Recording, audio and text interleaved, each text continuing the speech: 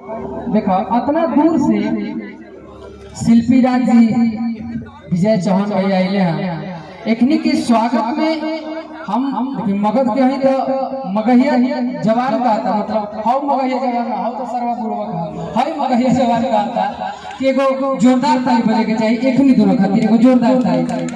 भोजपुरी के मान सम्मान साफ सुथरा गाना सभी इतना बड़ा शिल्पी राज जी के दिन बाद और साथ ही साथ हमारे बड़ भाई आई पूरा भोजपुरी के कलाकार में सबसे ज्यादा माने वाला शुभम कुमार सोना भैया MBF फिल्म के मालिक शुभम भैया के भी मगध के धरती पर स्वागत बा। चाह हमारे बड़ भैया खातिर एगो जोरदार ताली बजाओ। कब वो गंगा पर हो गइला हमने तो बिना डर के कि एगो भाई खड़ा बा कुछो ना होवे देला ओने गइला के बाद कितना नु प्यार मिलेला इनका तरफ से एगो चाह मगध के तरफ से इनका के एगो जोरदार ताली बजा के स्वागत करे। क्या बात है रिया जी अब बीच वाला भैया का नाम लिखी जाना अभय पांडे भैया शिवाय फिल्म के मालिक सॉरी हाँ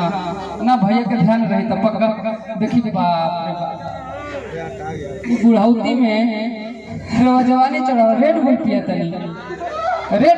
तरे लाल सांड इहो कह देता कि अब बेटा एक चुरू तू पी ले अगर तोहनी ना पियो तो इनका पिया था उधर रेड बुल बानू तोहरे पी जाले का अरे रेड बुल वाले जाके देखी ऐसने इनका बना का तनी चाचा एगो सुनला न कि कौन तो चलेला कॉल कर का तो वगैरह के फोन कइला सा लइकवा कहला सा अब कॉली हल्ली 2000 ले ध्यान से सुनी हो अच्छा लगी था ताली बोली मजाक बा कहलस कि 2000 ले तो गइले तो ओने से आइले हां ए छोटे बाबा ओने से आइले हां तो मुन्ना भैया ऐसे ओने से बताओ मुंह बदू आइले हम पूछनी कि का भेला मुंह काहे उतरल ह जेकरा ही गइला है चाय पानी ना पियला सका तो कहतरी चाय तो पियले बा लेकिन पैसा देला सकी ना तो पैसा ना देले रहे चाय पियला सरवा लेकिन हो हम प्रकार के चाय पियला अपन चाय ना पियले बा हम पता नहीं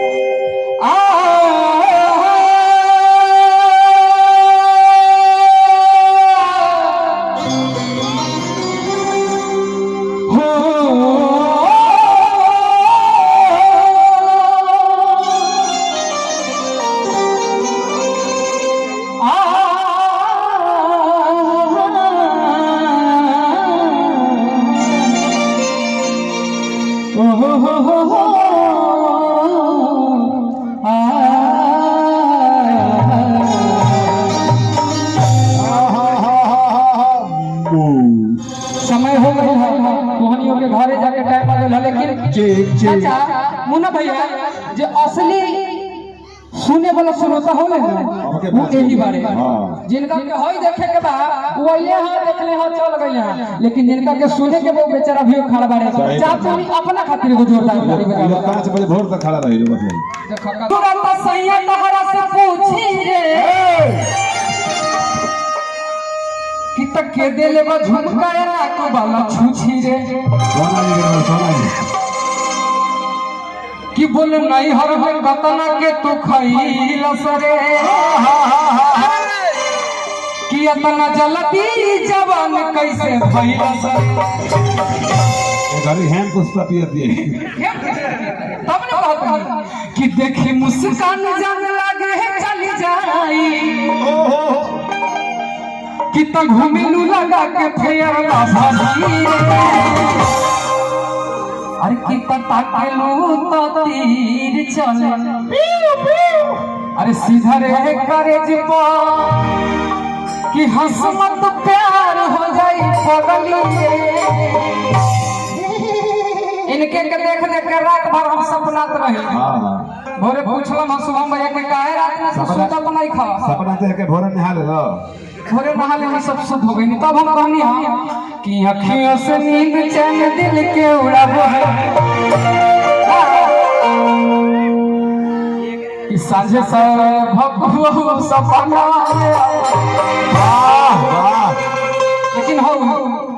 ताकेलू तो तीर चले ताकेलू तो तीर चले सीधा रे करे जुबा हंसमत प्यार हो गए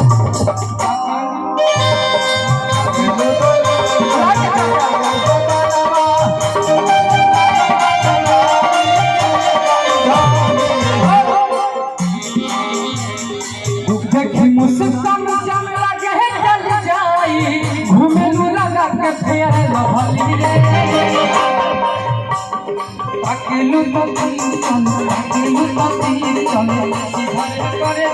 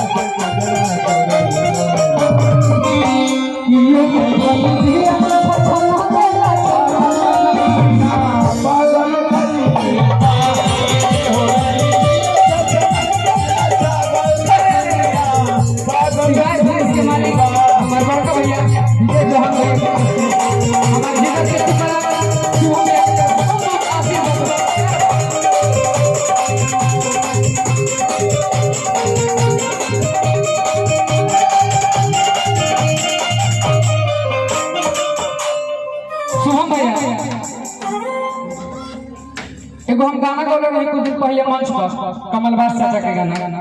ये कहलिए कि तू दारू पियला तो हम कहनी कि ना जी यो पिएले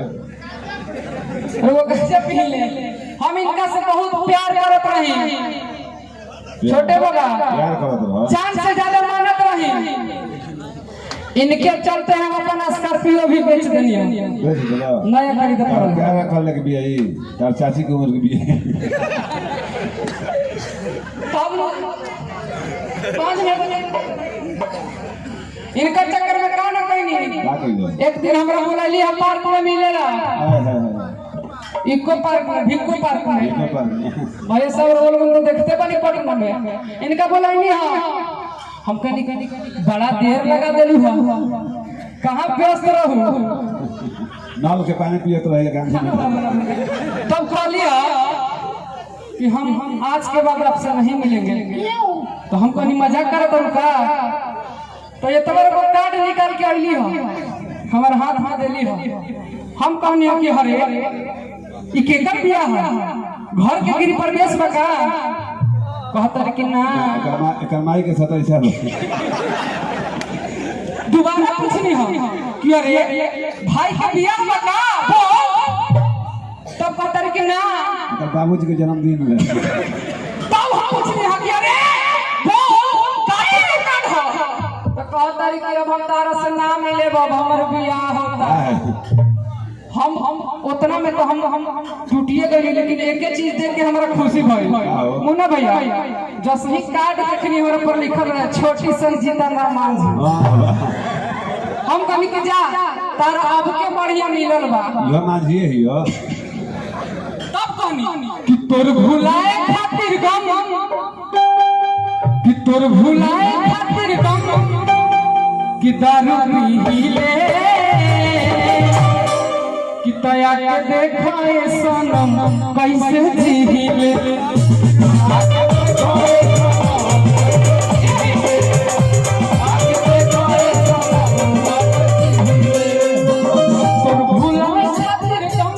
तोर भुलाए खातिर गम दारू पीले आके देखाए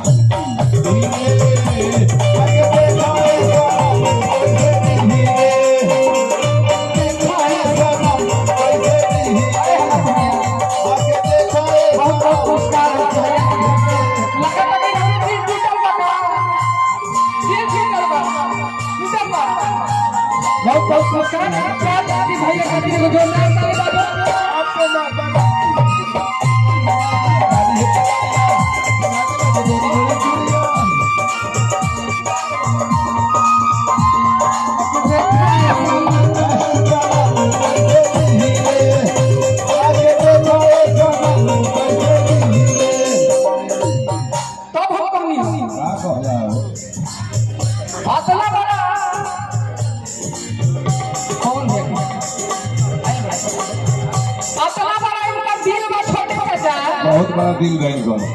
अतला बड़ा दिल बा लेकिन दिल में प्यार के जगह नहीं खे जा हरे प्रिंस बाहर है के मशीन में वो प्यार ना रहे भैया अतला बड़ा दिल बा छोटा दिल बा छोटे बाबा आधा कथा में दिल गए कर बहुत बड़ा दिल के बारे भैया गरुआ जवान के देखी हां बहुत बड़ा दिल के बारे छोटा दिल के हमने नियम नहीं की सौंसे कौना घाट दिल है कर बड़ा दिल के बारे तब बाहर दिल के मशीन में प्यार ना रहे तो हर प्यार यार किस्मत में हार ना है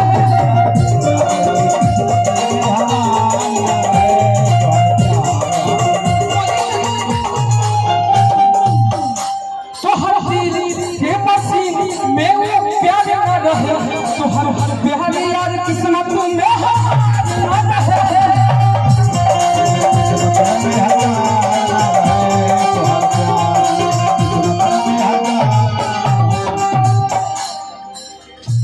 पर भुलाए खातिर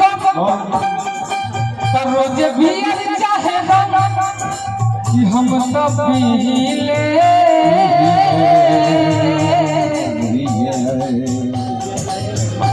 तोर भुलाए खातिर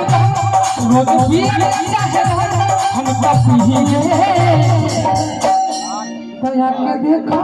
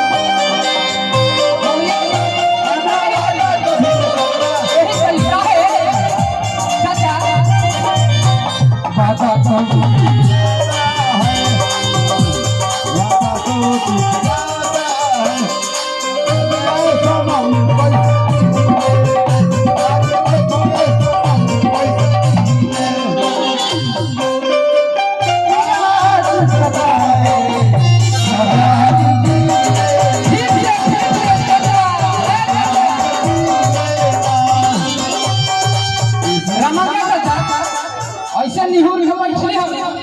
कैसे बुझाता हम कर गई हो आराम हो गई किसी की याद सता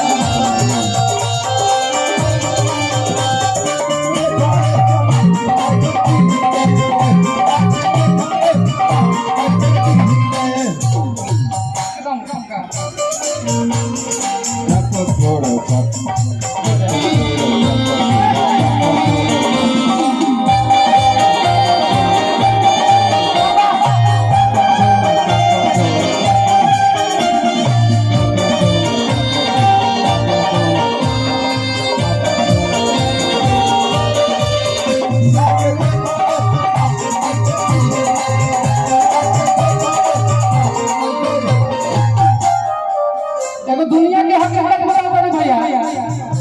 चाचा जब हम इसका से कहने हां जब हम कहते हां तो कहता रही कि मामा घरे आइल बानी दूसरा दिन फोन करनी हां फूफा घर गई कहां व्यस्त बालू कहता है फूफा घर गई बानी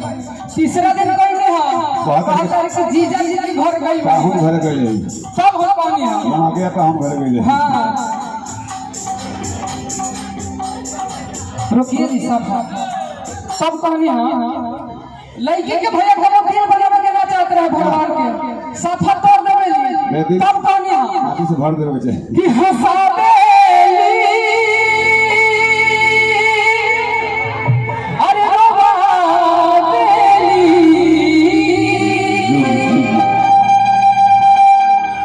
कि हंसाबे रोवाबे जीवन में सब करके लड़की के चक्कर में नहीं खे पड़े के ये हम जानते हैं का करे पर देता बके दिनु लेकिन ऐसा कुछ चीजें हो भैया कि छोड़ा हो तो मन ना करे ना हो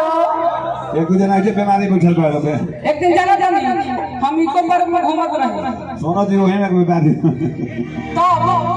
ये अपन नाम हमरा से गलत बतैली है मुंह ढक के रहे विजय भैया ऐसे मुंह में ढक के रहे तो हम कहनी हां कोरोना के टाइम रहे हम इनका कहनी हां का नाम बा तो कहतारी करीना हम करी का करी तोरे ना करीना हमर नाम बा तो हम कहनी को मुंह में कहे तोपले बाड़ू तो कहतारी कि करो ना तो कहनी कि का करो ना क्या करो अरे कोरोना चलवाई चलते मुंह में तोपे हुए हैं तुम गलत समझ रहे हो कि हंसा देली रोवा देली जेकर कहते मुस्कान दी इलाही किन के काहे खातिर